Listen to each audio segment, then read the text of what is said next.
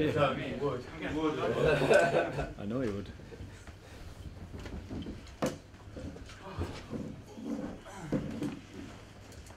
Marcus.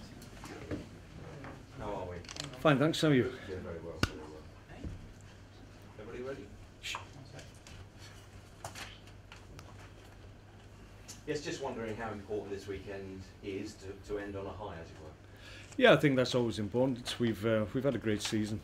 Everybody's pleased with how the season's turned out, but I always think it's important to win your last home game. It's important that we put on a performance that reflects the season that we've had, and obviously our fans will want to go off in high spirits, and you only do that by winning games for them. So it's a game that we want to win against good opposition. We know that, who obviously will look at their game and think they need to get points on the board, because there's a danger they may slip a couple of places if other results go against them. So they'll be focused obviously on what they need to do.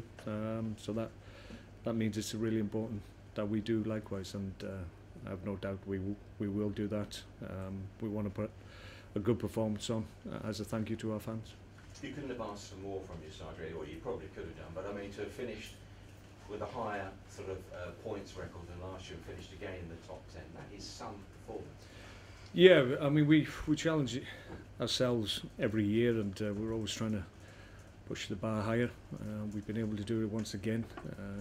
Year on year it gets more difficult to keep on achieving, but we've been able to do it in back-to-back seasons now. So the challenge will always be, can we match up better in next year? So we'll put that to one side just for the moment and get this game done, hopefully with a win, and then we can focus on what's ahead of us. Have you put yourself in a better position to attract the kind of players you want to attract? In other words, is Stoke a more viable and appealing prospect? Yeah, I've said that. I think that's true. Certainly, given the level of players that are presented to us, and maybe we have the option. Obviously, a lot of things have to fall into place before you actually get any players over the line. But the quality of players that we're talking about now is arguably higher than it has been at any other point in recent times. So that's encouraging, because I think that shows that we're viewed in a different light, and the perception of Stoke is different now, and we're viewed as a top 10 side, and a side that's consistently in the top 10, which we have been for the last 2 years, and with that comes an acknowledgement that maybe you're a good option for representatives of good players. So we're pleased enough with that. That's an important step for us. That shows progress as a club, and as a team that's continuing to evolve and hopefully get better in coming years. Summer signings, you always like to get them done, so you've got them to work with from July onwards. I mean, how soon might we see some doors revolving here? Well, we've been able to obviously make Philip Walshide a permanent deal, which we're really happy with. We think he's a player of good potential, who will get better with more time with us. He's come in midway in the season, done really well.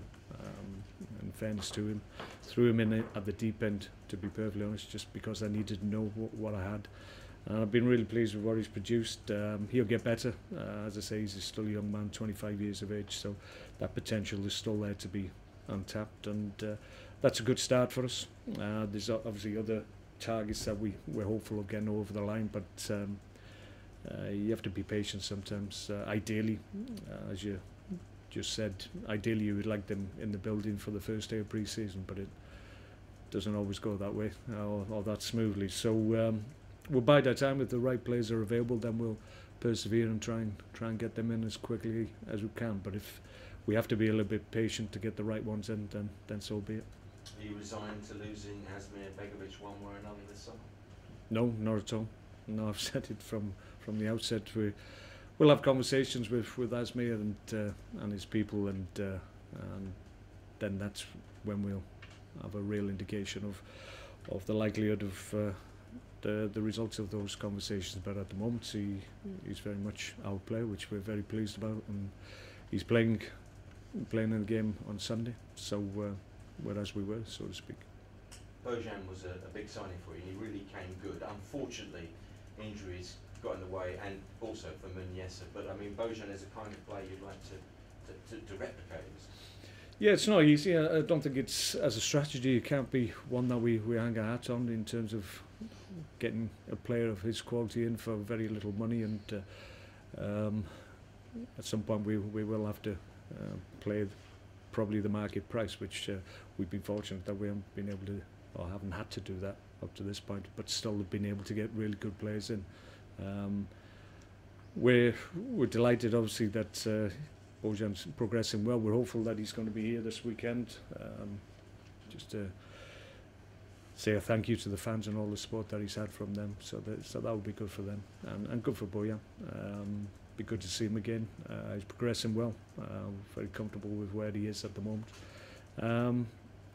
And yeah, I mean, it's a case of what might have been maybe if we'd have had him available all year. But I have to say, even when he went out the side, other players took up the challenge of obviously filling the gap that he undoubtedly left. And the reason we've had the season we've had is because players have stepped up and filled in. We haven't only just had Bojan injuries, we had long-term injuries. Peter Odom, Wingy, Ryan Shawcross was out of the side through injury. Glenn Whelan, I recall, had a broken leg.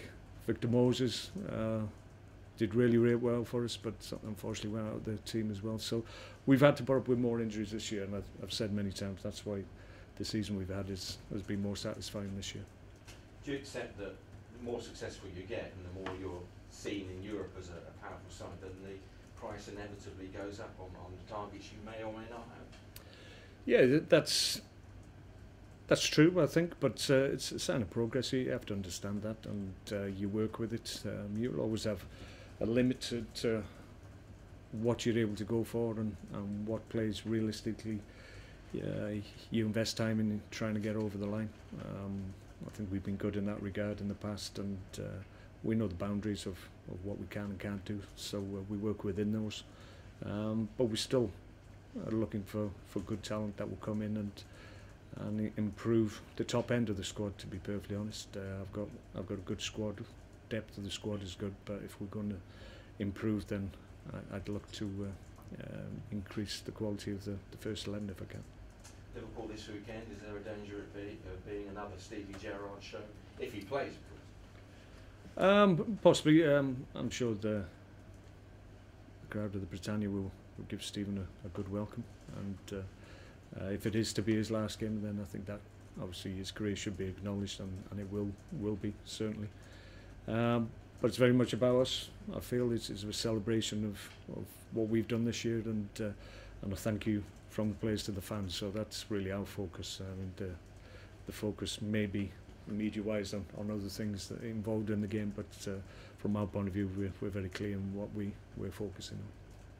Not so many years ago, and I can remember this, you were a young striker with options with big foreign clubs and the top sides in the land. So can you sort of sympathise with Raheem Sterling's desire to better himself? Well, I don't want to comment on that. Really, he's not my player, but all I would say, I think that the timing of it seems a little bit strange. 2 years left on the contract by all accounts. I think I've said before, when a contract length is maybe 12 months, then the power shifts to the player. 24 months left on a contract, I would suggest the power is with the club, and I think Liverpool have made a statement. They seem like they're going to be very strong in this regard, so that doesn't surprise me, really.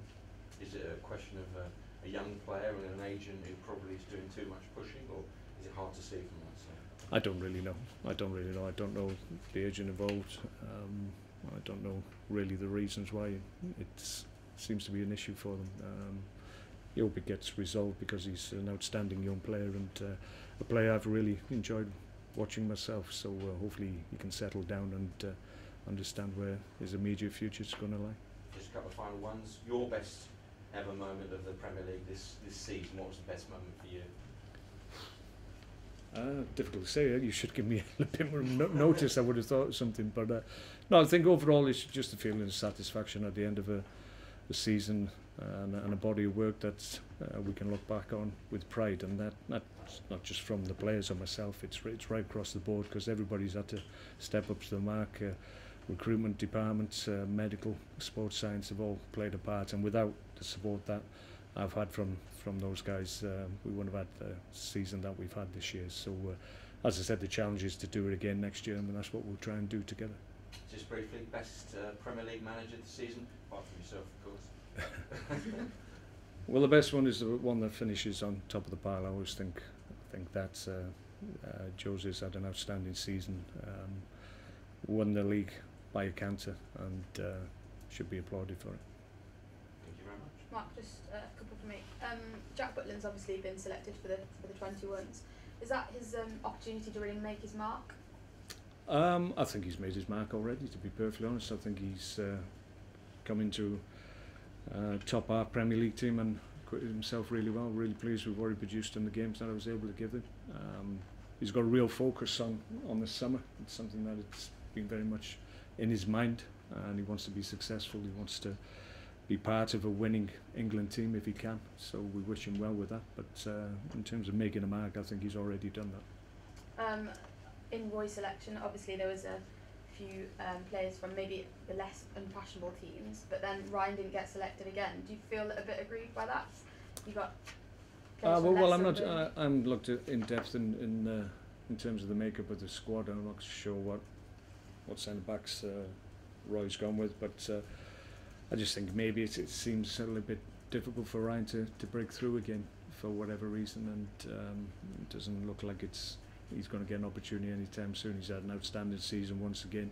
Probably a little bit unlucky when he was really on the top of his game that he went out to injury. So maybe that coincided with one of the international dates and he missed out again. But the key for Ryan is that he's just got to keep on performing, and at some point in the future I'm sure he'll get another opportunity, because his performances, certainly since I've been at the club, have been outstanding. And with the media focus kind of firmly on Steven Gerrard and Liverpool, do you think that will make it not easier, but it'll take the pressure off you guys a little bit at the weekend? Well, maybe there's no pressure on us. We're looking to perform well. It's the pressure we put on ourselves in terms of making sure we play correctly and perform at the right level that we need to win a difficult fixture. We want to finish off on a high, and there's no reason why we can't. We've had a good season, and we want to celebrate that fact, and we want to do that with our supporters by winning. Any injury news? No, we're okay. Steve Ireland just had a stiff back today in training, so he probably needs a little bit of manipulation just to loosen him off. But apart from that, I think everybody's available. Mark, obviously mentioned that Butland's been selected for the under-21s, and obviously he's got a very busy summer with the tournaments and then of course coming back to Singapore. Will we see him involved in the squad this weekend, or could he be given a rest and perhaps Sorensen take the place on the bench? No, the likelihood is that Jack will be on the bench. He's part of the first team group, obviously, and he's part of the squad. Or he's going to get rest. I think immediately after the game he's going to get away for a few days prior to meeting up with the squad next week, I think. So you'll have plenty of time to rest once his work here is done. Mark, we were talking last week about whether you ever played against Steven Gerrard, and you played against him in a Merseyside derby when you were at Everton. Can you remember that? I remember the derby, yeah. It was. I was very fortunate during my career. I played in quite a few big derbies. Liverpool won, Manchester won, obviously. Barcelona, Real Madrid won, and Burnley, Blackburn. By the way, that's a big one. Yeah, but I was fortunate to play in that derby. It was. I don't think it was one of my better games. It was at the fag end of my career, so I don't recall too much of it. You almost won it in the late stage. It was 0-0 in the end, but I think you almost won it. Did I? Yeah. Oh, right. If I'd have won it, I would have remembered it. But because I didn't, that's why I didn't remember. No. The only other thing I was going to ask is Ryan Shawcross actually play this week? You know, you were a bit unsure about him last week. No, I think he's okay. Yeah, but he might not be. But no, he's fine. He's fine. He's available. We train tomorrow. Hopefully, no fallouts from the session itself, so he should be okay. Excellent. Okay. Thank you very much. Thanks. Thank you. Thanks, guys. Thanks for your help this year. Thank you. Cheers. Thank you. Good break. Have a nice summer.